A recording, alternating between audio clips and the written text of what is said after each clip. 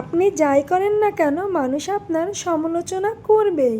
চলুন একটি মজার গল্প শোনা যাক। আর একটা ভদ্রলোক এবং তার স্ত্রী তাদের পোষা গাধাটাকে নিয়ে কোনো একটি জায়গায় হেঁটে হেঁটে যাচ্ছিলেন। মানুষজন তাদেরকে দেখে বললেন, দেখো দেখো কি বোকা লোক, এদের কাছে গাধা থাকার পরেও এরা দুজনই হেঁটে হেঁটে যাচ্ছে, এদের মাথায় কোনো বুদ্ধি নেই। গাধার কাজ তো তাদেরকে বহন করা, তাহলে তারা গাধাটিকে হাঁটিয়ে নিজেরা কেন হেঁটে হেঁটে যাচ্ছে? তারা তো চাইলে গাধার পিঠে উঠে যেতে পারে। কথাটি শুনে ভদ্রলোক বেশ লজ্জায় পড়ে গেল। লজ্জায় পড়ে তিনি এবং তার স্ত্রী গাধার পিঠে চড়ে যেতে লাগলেন। তখন চারপাশ থেকে আবার মানুষগুলো দেখে বলল, দেখো লোকগুলো কত নির্দয়, তারা দুজনে মিলেই এই ছোট গাধাটির পিঠে চড়ে উঠেছে। গাধাটির কথা তারা একবারও চিন্তা করলো না। নির্দয় পাষাণের মতো দুজন মোটা মোটা লোক এই গাধার পিঠে চড়ে চলে যাচ্ছে। এইবারও তাদের কথা শুনে ভদ্রলোক আবার লজ্জায় পড়ে গেল।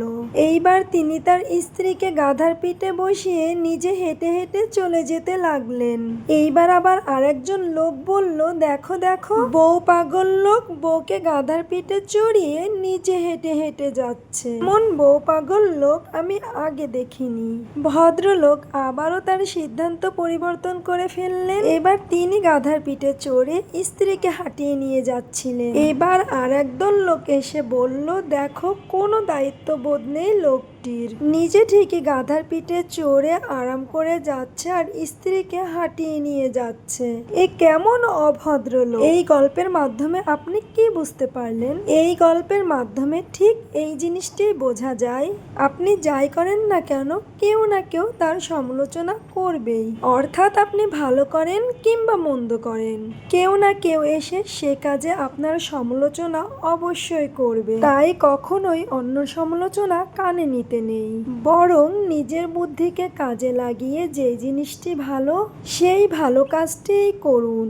এমন কাজ করুন যাতে অন্য কারোর ক্ষতি না হয়, কিন্তু অন্যের সমালোচনা শুনে কখনোই নিজের সিদ্ধান্ত বদলাতে যাবেন না, বরং নিজের ক্যালকুলেশন ব্যবহার করে নিজের মেধা ব্যবহার করে সঠিক কাজটি করুন। এবং আপনার সেই সঠিক কাজ করার পরে কেউ যদি আপনার সমালোচনা করে তাহলে তার কথা আপনি এক কান দিয়ে নিবেন আর এক কান দিয়ে সুন্দর করে বের করে দিবেন এবং নিজের কাজে অটল থাকবেন।